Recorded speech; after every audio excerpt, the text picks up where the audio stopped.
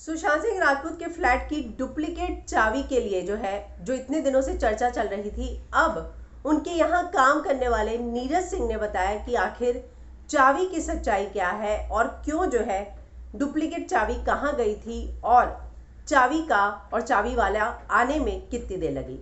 दरअसल नीरज ने एक इंटरव्यू दिया जिसमें उन्होंने बहुत सारी बातें कही। उन्होंने कहा कि 14 की सुबह सुशांत सर बाहर आए थे, उन्होंने ठंडा पानी लिया, फिर अंदर चले गए। उन्होंने यहाँ तक कि जैसे कि मैंने आपको कल बताया था कि जूस मंगाया, नारियल पानी लिया, केला मांगा, बोला केला बाद में खाऊंगा। और उसके बाद जब केशव ब्रेकफास्ट के लिए बोलने गया तब अंदर से उन्होंने खाने के लिए जब पूछने गया तो कुछ नहीं बताया। किसी को कोई शक नहीं हुआ क्योंकि वो बहुत नॉर्मल दिख रहे थे। लेकिन बाद में जब उन्होंने दरवाज़ा नहीं खोला आधे घंटे बाद तो चाबी ढूंढी गई।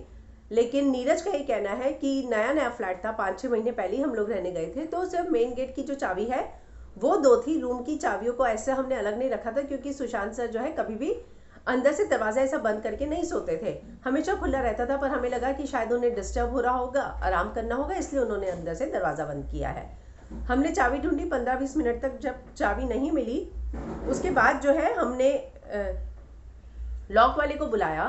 15-20 मिनट लगे लॉक वाले को आने के लिए और उसने पूछा कि देखो अगर मैं चाबी बनाऊंगा तो समय लग जाएगा या तोड़ दूंगा मैं 5 मिनट में, लेकिन चाबी बनाने में 1-2 घंटा जाएगा। तो हमने बोला तुम लॉक फिर तोड़ दो।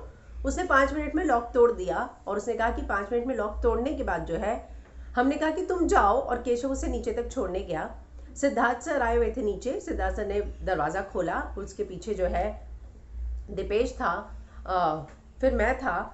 और जैसे ही हमने देखा सिद्धार्थ ने तो एकदम से जिसे धक्का लगता है वैसे एकदम बाहर आया। फिर हम सब गए, हमें 5 मिनट के लिए समझ में ही नहीं आया कि ये सब चल क्या रहा है और हम लोग सब बहुत परेशान हो गए। और उन्होंने कहा कि फिर हमने तुरंत और हमें समझ में ही नहीं आया कि क्या है, कैसे हो गया ये सब, और सारी भागम भाग शुरू हो गई। और उन्होंने लेकिन साथ में ये बताया कि रिया मैडम 8 तारीख को गई थी छोड़ के। थोड़ा छोटा मोटा झगड़ा हुआ होगा, लेकिन उसके अलावा उन्होंने कभी बहुत बड़ा झगड़ा उन दोनों के बीच में कभी नहीं देखा। साथ ही उनका ये भी कहना है कि जब भी रिया मैडम जाती थी सुशांत सर खाना पीना छोड़ देते थे।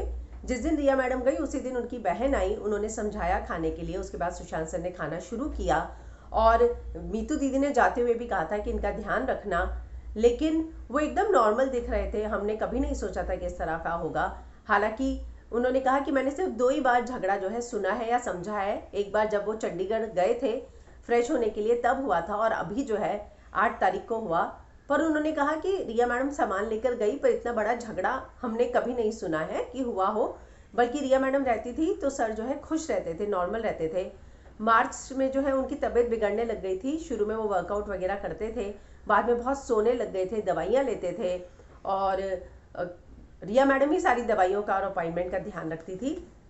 लेकिन उन्होंने वो जो डुप्लीकेट चाबी वाली बात है वो बताई कि चाबी घर नया था तो ऐसे हमने चाबी नहीं रखी थी। मेन गेट की चाबियाँ 2 थी।